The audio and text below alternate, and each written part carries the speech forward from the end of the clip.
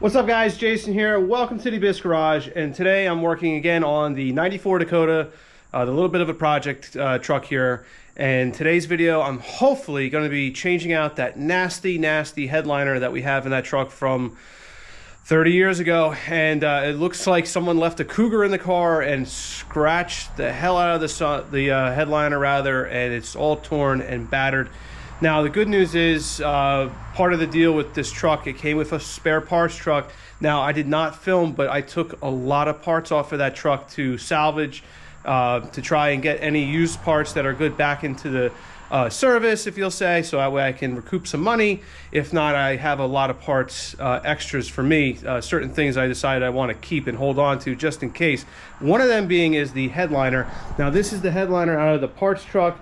Now, this headliner is a little bit different. If you guys notice, there is two holes in the front. That truck had a overhead console with some map lights, where this truck that I have does not have that.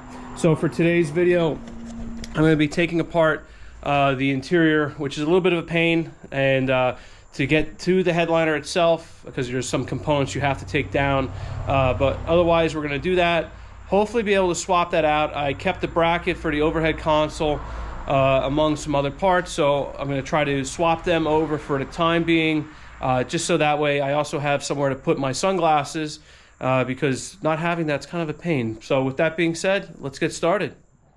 All right, so now here we are at the truck itself, and like I said, you can see the headliner is all torn. Now, to get this headliner down, we have to take down a lot of these trim pieces. So this trim piece has to come down. This has to come out. Now, luckily, I have a good spare part that we're going to replace this cracked, broken one with. The other thing that's going to have to do is this panel itself has to come out. So we got to take all these trim panels down, just so we're able to get this headliner down. Overall, it's not I don't think a horrible job, because I already took one out. But it's not like super easy, I should say. But anyway, so there's that. I'm going to set the camera up, see how this works on the suction cup, but set the time lapse up and you guys can watch me work.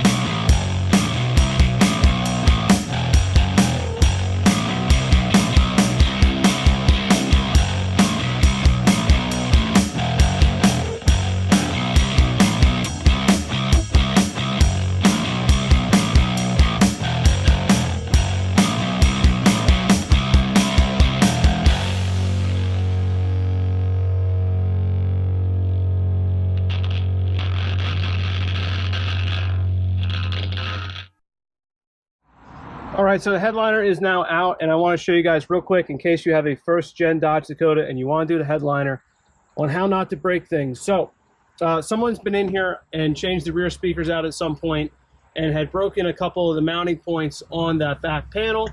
I'm going to check to see if the back panels that I pulled out of the parts truck are good, and I'll swap them in just so they're not broken. But with that being said, you do not have to take off the sill panel here. You can if you want to, but you do have to take this top A-trim piece off, I'll say. Now, to do that, you just simply, you're going to pull back and down a little bit up top to release some of the tension. And these clips, they're just clips, so they pull back and out, so you don't have to break anything. In case, if you're wondering, it could be a little tricky, but it'll just simply come out.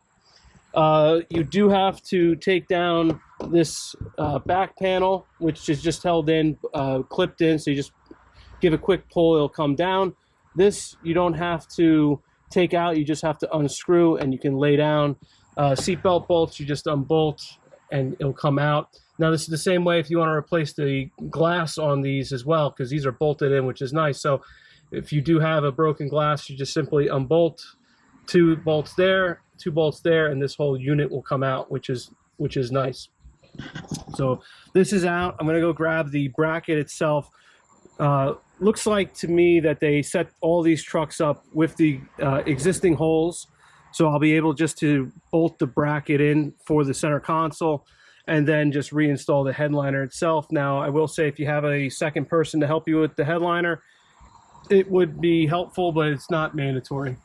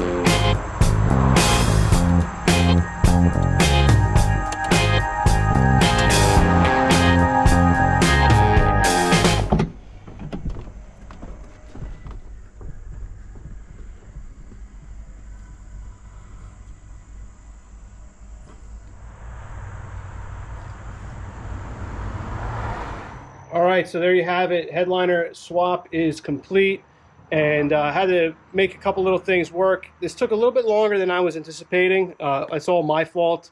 Honestly, I had to take one of the trim pieces out like 2 or 3 times because I was getting ahead of myself and not remembering the sequence in which the parts had to go back together.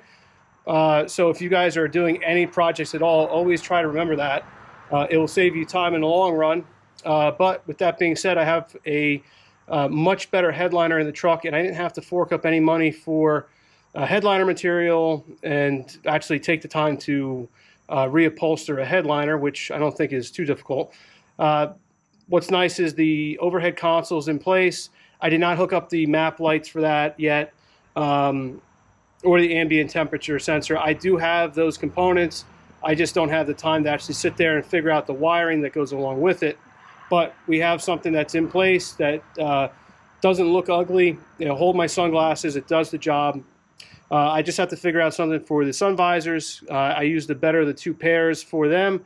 I can't seem to find reproduction ones online, and used ones are a bit more expensive than I want to spend, honestly. So for the time being, those will work just fine. They're not torn like the other ones. So it's coming together nicely. I really didn't have to fork up any money at all for this to do this job, which is also another nice plus.